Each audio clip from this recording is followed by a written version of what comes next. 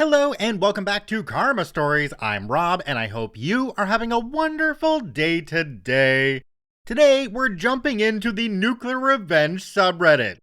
Before we start today, make sure to check out my 3D printing website at dangly3d.com where you can get your hands on your very own Carmen Chameleon Karma Stories channel mascot.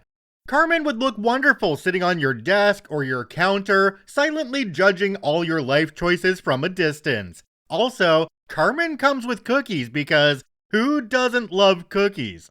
Check out Carmen and many other 3D printed creatures and fidgets on my website at dangly3d.com. Alright, on to today's stories. Let's jump right in. This story comes to us from Big Bad Beef. My longtime boss betrayed me and screwed me over money he owed me, so I made sure he lost something worth 30 times more than what he dreamed about his whole life. Where to begin, huh? I suppose I should get back to when this whole sleigh ride began. I am an educated computer tech that had the misfortune of graduating right on the cusp of the 2008 financial crisis. Before, it was considered to be a vocation of the future. Various businesses came to our school, introducing themselves, offering scholarships for college if we signed an agreement to come work for them after we graduated that as well. After the crash, those promises were the first thing they cut. As a result of that, I couldn't afford college, which meant I had to find work, which was easier said than done. My late and mid-20s were a roller coaster of dead-end jobs, where I worked, finally saved up some money, got fired as a redundancy, and had to spend those savings for living expenses while looking for my next crappy job. Years went by, tech went on, and I couldn't afford classes to keep up with it. So, in my late 20s, I snapped. I have had enough. I needed a career change. I decided to go in my late father's footsteps and become a welder. It's as if fate intervened. A week before I made the inquiry about changing careers, a state-sponsored program came out that let me become one for free. After completing the welding courses, I was quickly offered a job as a field welder. We're literally talking about a matter of days here, a refreshing change of pace from before where it took months or more. This is where the subject of our story comes in. I'll call him Rat Boss. Rat Boss ran a small field welding business with half a dozen man crew, traveling all over Europe doing field welding.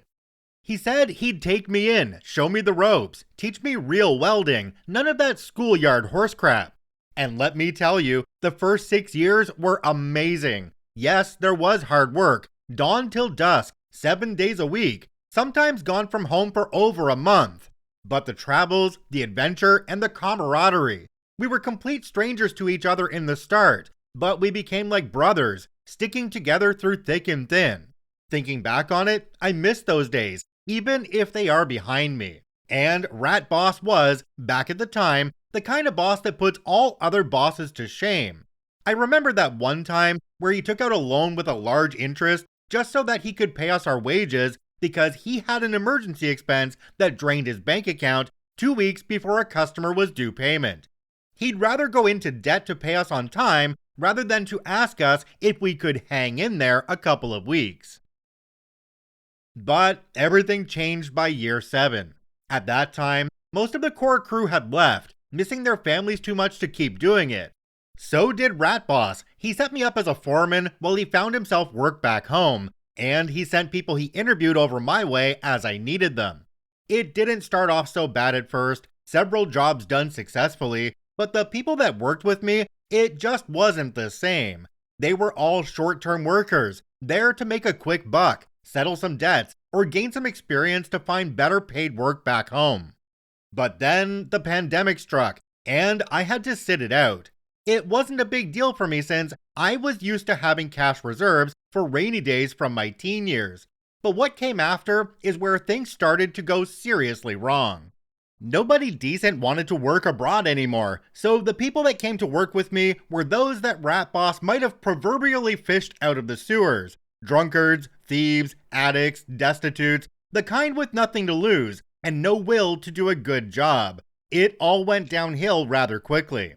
As the foreman, I made sure the job got done regardless and that the work was signed off, so the bill would get sent and wages paid. but there were constant incidents outside of work, incidents unique to the demographic that worked with me. To top it all off, wages started coming late, travel costs weren't being refunded, and Rat Boss started doing some creative accounting when it came to the differences between everyone's net and gross wages. It all came to a boiling point when I received a phone call at 3 a.m. on the night I was supposed to drive the boys back home in the morning. The customer called. One of the boys has been arrested for drunken disorderly. He didn't have an ID on him, only the workplace identity card. So they phoned our customer in the middle of the night to help identify the foreman of that animal. So yeah, I got called to pick him up. I ate a lot of crap that day. When I came back home, I had a good long sit down with Rat Boss, told him I was done with that BS and that it was time to settle accounts. He sort of half-heartedly apologized. He also admitted he was having problems with his wife, which co-ran the business, and was fighting with him over how the money was being spent. At that point, he owed me around a year's worth of travel expenses, and if you take into account that I traveled at least 2,000 miles monthly, that is a substantial sum of money. He apologetically asked me to wait a bit on that money because his wife was blocking him on any major expenditures. He also asked me to stay on with him just for a few months on minimum wage, just until he can put a decent crew together. The idiot that I was accepted his proposal. There was no reason not to trust him. After all, we've known each other for almost 7 years at the time. I didn't think it unreasonable to give him time to fix this. But I did have one condition though. I needed half the money he owed me by the end of September, because I'm having some work done on my house. He said that shouldn't be a problem this far in advance. I said, okay, we have a deal. But I remained suspicious. A couple months went by. I worked for Rat Boss locally on minimum wage, except the problem is that even that wage came in late. My hackles were raised. I was concerned that I would have to postpone work on my house, work for which craftsmen are so hard to come by. You have to pay a deposit to prove you were serious about needing that work done. In the beginning of September, on the month his partial debt repayment was due, I confronted him again. He assured me that paying half what he owed for my travel costs wouldn't be a problem, and that he's got the cash ready. As we parted ways and I went for home, he gave me the fakest smile I have ever seen in my life. I stared him down. I gave him this kind of look that even a dumb butt would recognize as having "I'm not fooling around anymore" written all over it. Rat Boss lost that fake smile of his almost immediately. I said goodbye, got into my car, and drove home. That weekend, Rat Boss sent me a message about how he's got a crew lined up and that he's going abroad to talk with a potential customer to get his foot back into the fieldwork door. Alarm bells started instantly ringing. He's going to avoid me for the date he was due to pay half his debt. He's going to screw me over. He was going to screw me over. Bastard. After everything we've been through together. At that point, I decided if the money doesn't come in by the due date, a 30-day resignation notice is going to wait for him when he gets back, filed on the exact day he was supposed to pay. But the thing is, when someone has you this riled up, such as Rat Boss's probable betrayal, you kind of have a hard time focusing at work. So I slipped on a ramp. I didn't just sprain my ankle or tore a ligament, I downright destroyed it, about a week before his debt payment was due. We're talking about emergency surgery here, 2 weeks minimum at the hospital, and being unable to put proper weight on that foot for 6 months. What do you guys think happened to the money he promised to pay me? It didn't come. Big surprise. Not only that, even the wage didn't get wired that month. It gets even worse. While I was at the hospital, heavily medicated, the work got done on my house. My mother, who had authorization to my accounts in cases of emergency, used my savings to pay for the work on my house instead of canceling, which means I had very little money left. She told me not to worry, I will still get paid sick leave. I wasn't so sure. The thing about sick leave in my country is, in case of a work-related injury and a recovery period longer than a month, the employer is only required to pay the first month of sick leave. The rest is funded by the government, whereas the employer only pays for Social Security and taxes. Then the government wires the sick leave money to him for him to forward to me, which of course didn't happen. Didn't receive a single cent from him since. So here I was, broken, crippled, bedridden, and unable to work. It gets worse. I ran out of money just as I had the last installment of an outstanding debt to pay. Banks were calling me weekly. I had to cash in an investment to pay it off and to subsist while I recovered. An investment that would have yielded me a modest amount of passive income for the rest of my life. So I was resigned for revenge. He lied to me, hid from me, failed to pay what was owed, stole from me, and pocketed money that was meant for me by the government. He will cook in the fires of hell for what he's done. The revenge. Before I tell you what I did to him, I wish a little background about Rat Boss. He lives in a small apartment in our capital city, along with his wife and 2 children. The apartment is extremely small. So small, in fact, that they all practically climb over on top of each other to pass each other by. But he did have a dream. He bought a plot of land where he was building a large house. So big, in fact, that a single one of the rooms is going to be bigger than his whole previous apartment. Over the course of those 7 years, he slowly built it up brick by brick, and he was almost done. When we still talked, he told me that he was at most 6 months away from moving in. The thing about me being his foreman is that it involves a lot of paperwork. Every decision, every purchase, every dirty little secret hidden away in the numbers, and I had it all. It was simply a matter of forwarding it all to the appropriate authorities.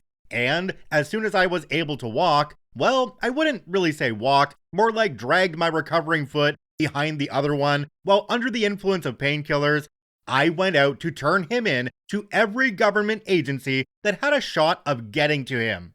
The biggest hit came at the Labor Inspectorate. As the caseworker rummaged through the evidence I presented her, she mumbled to herself, wide-eyed, something in the lines of, "My God, he broke half the labor laws in our country." The aftermath.